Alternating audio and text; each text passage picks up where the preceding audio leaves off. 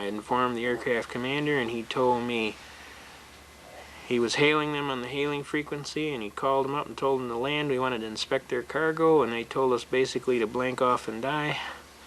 You know who we are? My pilot told him he didn't care if he was a man from Glad. He was going to land that aircraft and we were going to inspect his cargo. Basically, he told us,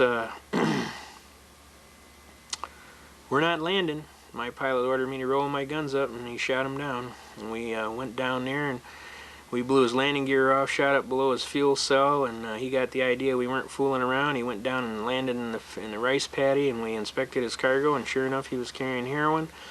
So the pilot gave him a choice. He could go to Long Bin jail with us for contraband trafficking, or he could hitchhike home, baby.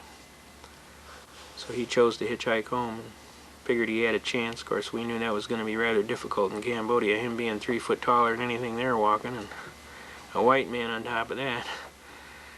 But we gave him a chance, and the bottom line is he didn't want to go to jail. So we torched his aircraft, and we got back, and the CO, are you crazy? Those people are CIA. They're going to kill you. I told him, make my day. I said, they were trafficking that dope to RGIs and God knows who else, and as far as I'm concerned, we stuck it to them for about $15 million, and I'm just tickled, and if I could do it again tomorrow, I'd do it again.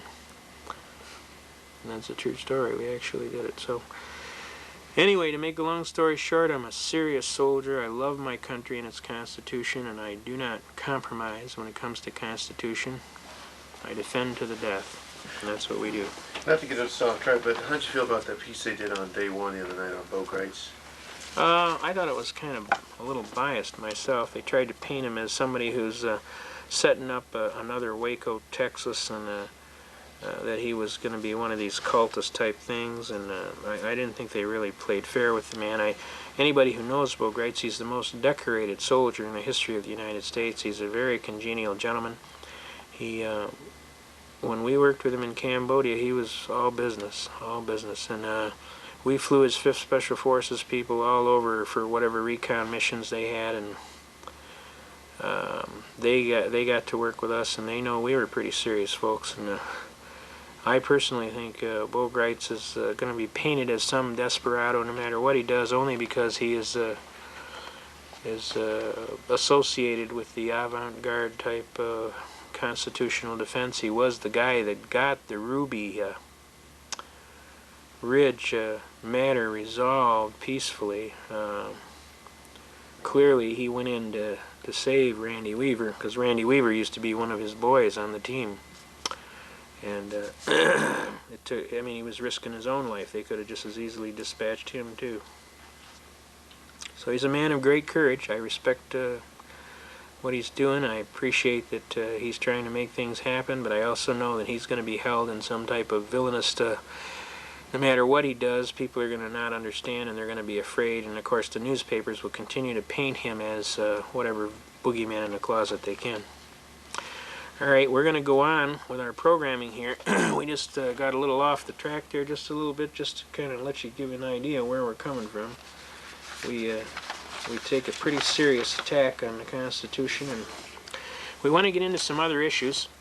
We want to get into things like money. And one of the best tapes you can get is from a gentleman, we call him Ernie. He basically is known throughout the movement around here. He delivers all the tapes and the what have you. And he has a tape called Wake Up America. And basically it starts telling you how money works and why it works and what they're doing with our money. And when you're done, you really understand what's going on. But we want to share some things with you about the money. And we got a good story to tell you too. But basically, we want to share with you right now in Michigan, the Michigan Compile Laws programming. Can you see over there? We want to share with you up and to the left. Alright, back. Okay. Alright, we're cool. We're going with it. Alright. 21.153 Michigan Compile Laws Act. Obligations due state or municipality and date operative when paid by check or legal tender. Whenever any check or bank draft shall be tendered for the payment of any debt, taxes, or other obligation due the state or to any municipality therein, such check draft shall operate as a payment made on the date the check or draft was received and accepted by the receiving officer. If it shall be paid on the presentation without deduction for exchange or cost of collection. All agencies of the state of Michigan shall request that checks tendered in payment of an obligation due the state shall be made payable to the state of Michigan. No receiving officer shall be required to receive in payment of any debt, taxes, or other obligation collectible or receivable by him any tender other than gold or silver coin of the United States, the United States Treasury notes, which you can't get today, gold certificates, which you can't get today, silver certificates, which you can't get today, or other Federal Reserve bank notes. And there's no bank notes in circulation. There's Federal Reserve notes, but there's no Federal Reserve bank notes. Now the reality is, by this fact, you are specifically precluded from tendering lawfully without being a party to a felony, that of debasement of the coin of the realm against the 1792 Coinage Act, the Sherman Coinage Act. So Roger Sherman wrote a book about this, and it tells you all about coinage and the debasement of the coin of the realm. And that's why he is affiliated with the 1792 Coinage Act. Now the reality to this is, what has been going on over a period of time is they've been playing games with the money. As we can see right here, we have right here a silver certificate. This certifies that there is on deposit in the Treasury of the United States $1, right, of silver, all right? $1 in silver payable to the bearer on demand. Now, we had a little time we got together, and we had some of these notes. We had some gold certificate notes. Also, we got one here that says, United States note, the United States of America. Now, notice the difference here, folks. This one just says this note is legal tender for all debts public and private, but we know that that's a lie because Article 1, Section 10 of the Constitution says nothing but gold and silver coin shall be made a tender in payment of debt. Now this is going to bring up a real interesting case that we got here. Now, we went down to the Federal Reserve Bank and we took $500 worth of, these are silver certificates here, but we took gold certificates, $20 gold pieces. We had $500 worth, and we went in the Federal Reserve Bank, and I walked up to the window and I said, "I'm the bearer on demand and lawful money of account of the United States government, sir." I said, "I want my gold." I handed her the notes. She looked at me and she says, "Sir, we don't have any gold." I said, "Are you trying to tell me this bank is overextended?" Everybody looks. "You can't come in here and do that, sir. You're going to get a run on the bank." I said, I'm asking you for my gold. I'm the bearer. I am here and before you demanding. It says pay to the bearer on demand and lawful money of the account of the United States government and $20 gold. I got $500 worth of these, and I'll take $20 gold pieces.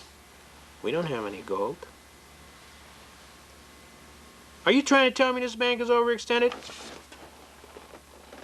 So they called the SWAT team. This lieutenant comes running up, and all these guys got rifles, and they're all at port arms. And the lieutenant walks up to me and says, "All right, what the hell is going on here?" So I explained to him. I said, "Sir, I am the bearer on demand and lawful money of account of the United States government. I'm here and before this bank. This is a lawful bank of the government. And I'm asking them to pay me, the bearer, on demand, my $20 in gold for every one of these $20 gold demand deposit notes that I have. And I have up to $500 worth." And I just asked her for the gold. She told me she doesn't have any gold. I tried to tell her, "You telling me this bank's overextended?" She told me, "You can't come in here and do that." And the next thing you know, you show up. The lieutenant looked at him. He says, "Why don't you give the guy his gold?" "Come on, guys, we're out of here." So they left. They couldn't give me my gold because they ain't got any gold. But there is a contract on here that says pay to the bearer on demand. Now in this one, it's $1 of silver. In theory, the contract is there, and you could, in theory, go collect it. But upon trying to collect it, there is no gold. There is no silver. They don't have any. Now over a long period of time in barter, we have slowly been pushed into a position of impossibility to perform. Now, can the hat check be the hat?